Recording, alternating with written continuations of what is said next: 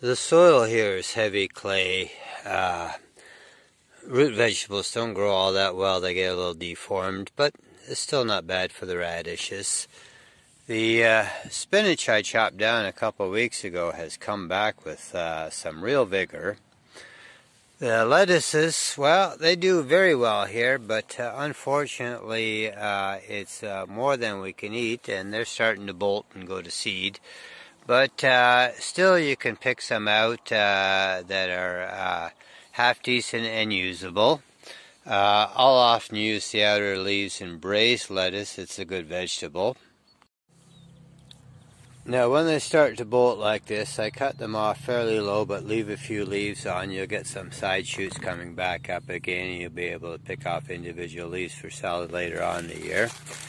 Now once you get to this stage, they get a little milky like this.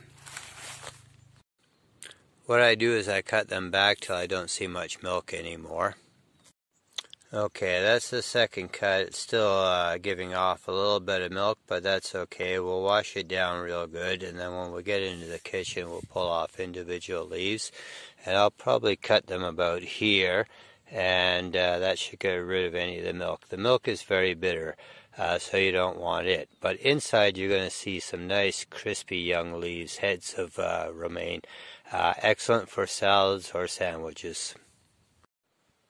Okay, so I cleaned off the radishes. You notice I leave a little bit of the head on. It gives me a nice handle when I go to slice them and cut the tail off.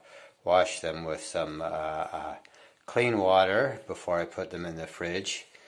The lettuce, as I said, I started to chop it already, but because it's going to seed, the main stem gets quite long on the inside. You'll see that I cut off the first chunk, got a few leaves, then I cut off another chunk, got a few leaves, then I cut off another chunk, got a few more leaves. Now I'm just going to cut off one more chunk, and you get some nice leaves out of that. And then you get into the center core, and there should be absolutely no more milk left in there. If there is, you can cut that off one more time, and that gives you nice, fresh, crisp lettuce.